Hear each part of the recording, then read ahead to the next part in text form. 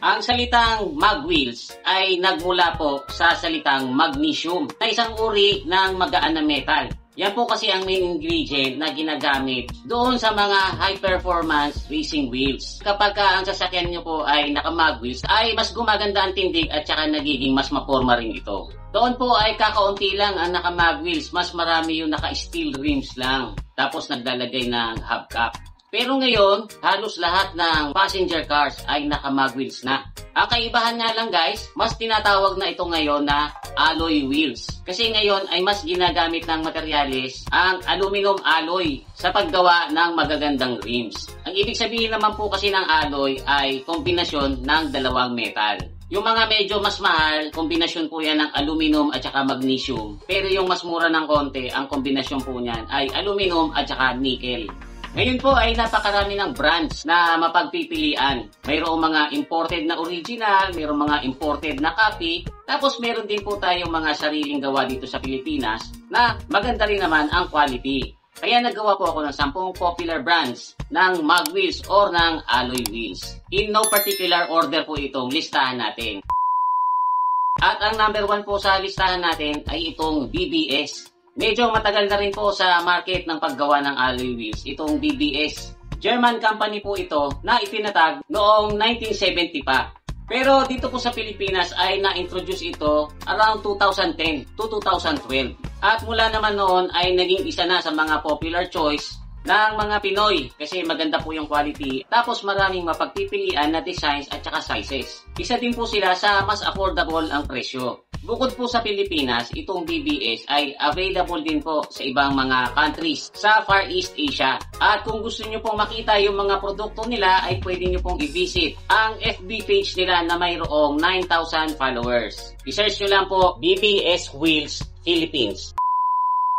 Ang pangalawa po sa listahan natin ay ang TSW na short for Tiger Sports Wheels. Ito pong TSW ay isa sa mga pinakamalaking alloy wheels manufacturer sa buong mundo. Ang founder po nito ay si Eddie Kazan na isang South African Formula 1 driver. At naitatag niya po ito noong 1960. Sa South Africa po ito nagsimula pero meron na rin po sila mga facilities sa ibang bansa. Bigatin po ang mga car companies na sinusuplayan nitong TSW.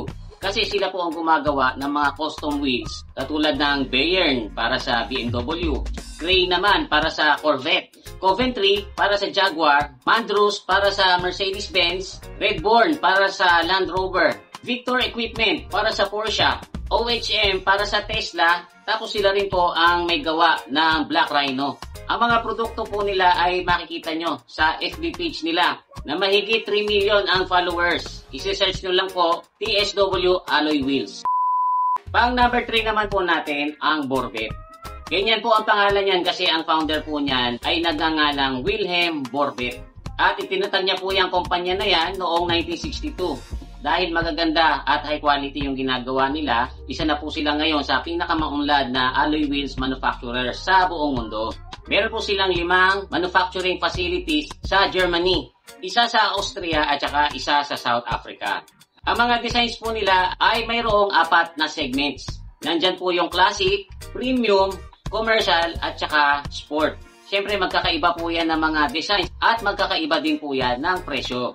Ang bawat produkto po nila ay garantisadong top quality kaya mayroon po itong 2-year warranty. Pwede nyo pong makita yung mga designs nila sa FB page nila na mayroong 15,000 followers. Ang isa-search nyo lang po ay Borbet Dutchland.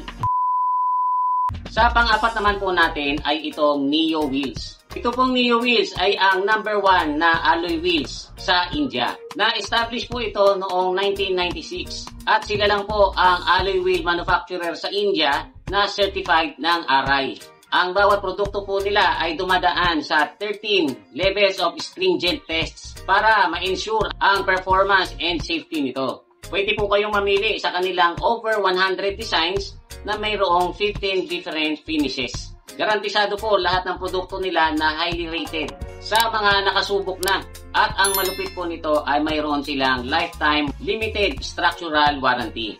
Yung mga designs po nila ay pwede nyong makita doon sa FB page nila na may 48,000 followers. Ang search nyo lang po ay Neo Wheels. Pang number 5 naman po natin ay ang Ray-Wan wheels. Sa China po ay maraming gumagawa ng alloy wheels, pero itong Ray-Wan wheels ay kasama po sa top 10 doon sa China.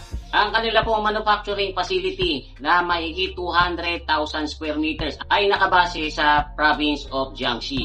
Currently ay nakakapag-produce po sila ng over 1 million wheels every year. Tapos ini-export po nila yan sa mga neighboring countries, especially dito sa Asia. At kahit ito po ay made in China, pagdating po sa quality assurance, ang Ray-Wan po ay pasado sa International Automobile System Specifications. Ang Auto Hub Laboratory po nila ay ginawa in strict accordance with Laboratory of Japan Vehicle Inspection Association. Napakarami pong designs kayong mapagpipilian dito sa Ray-Wan at makikita nyo po yan sa Facebook page nila na mayroong 19,000 followers. Ang isi-search nyo lang po ay Ray-Wan Wheels.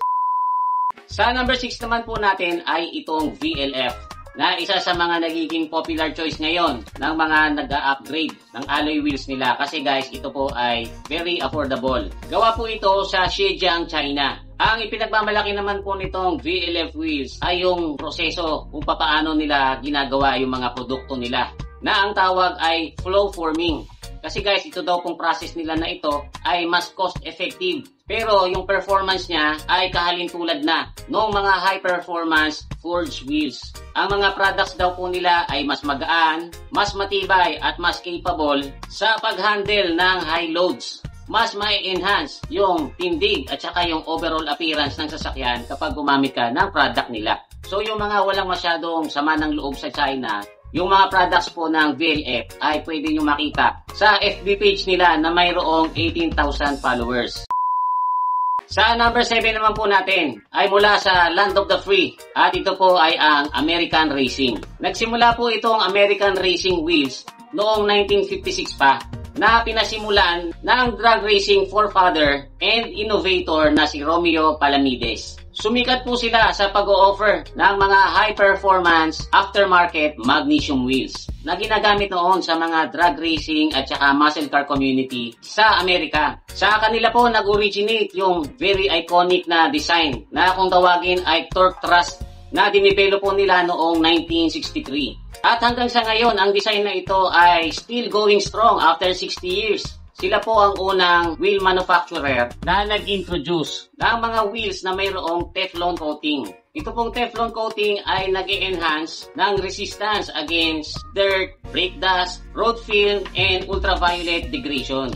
Ang mga malulupit na products po nitong American Racing ay makikita nyo sa FB page nila na mayroong 183,000 followers. Sa number 8 naman po natin ay itong Watanabe na sa unang dinig mo pa lang ay alam mo nang nag-originate sa Japan. Na-establish po ito doon sa Japan noong 1967 at naging very popular sa mga major racing tournaments doon. Ang pinakasikat po nila na design ay yung very iconic na 8-spokes Watanabe wheel na madalas nyo pong makikita sa mga JDM cars tulad ng Nissan 240Z, Hakusuka at saka sa AE86. Ang tawag po dyan sa subculture ng JDM na yan na mga medyo classic na ay Q siya na ang ibig sabihin ay old car scene. Medyo pricey po yung mga original niyan pero meron naman pong mga copy na available dito sa Pilipinas. Sa pangsyam naman po natin ay itong Race. Ang Race po ay isang Japanese high-end wheels manufacturer na ang mga produkto ay both for motorsport at saka meron din pang street use. Na-establish po ito noong 1973 pa at worldwide po ang market nila. Magaganda ang designs at sigurado kang high quality dahil ang mga produkto daw po nila ay dumadaan sa dalawang proseso na tinatawag na forging at saka casting. Tapos napakahigpit din daw ng kanilang quality inspection bago nila i-ship out ang bawat product. Currently ay supplier sila ng mga factory race teams ng Honda, Toyota, Nissan at saka Mazda. Sila po ang may gawa ng Vogue Racing Wheels and actually yan po ang kanilang flagship product. Sa number 10 naman po natin ay itong Rota Wheels. Kilalang kilala po ito dito sa Pilipinas kasi ito po ay sariling atin. Ang mga Rota Wheels po ay manufactured by Philippine Aluminum Wheels Incorporated or PAWI na isa po sa mga pinakaunang wheels manufacturer sa Asia. Currently, ang mga gawa po nila ay hindi lang dito sa Pilipinas available kasi ini-export na rin po ito sa 17 different countries in 4 continents. Sila rin po ang nagsusupply ng karamihan sa mga OEM requirements ng Philippine automotive industry. Ang bawat products po nila ay masasabing pang world class ang quality dahil ito po ay meticulosong i-design at maingat na in-engineer para makapagbigay ng high performance and safety. Makikita nyo po yung napakarami nilang products. Sa FB page nila na mayroong 86,000 followers, itatype nyo lang po dun sa search bar, Rota Wheels.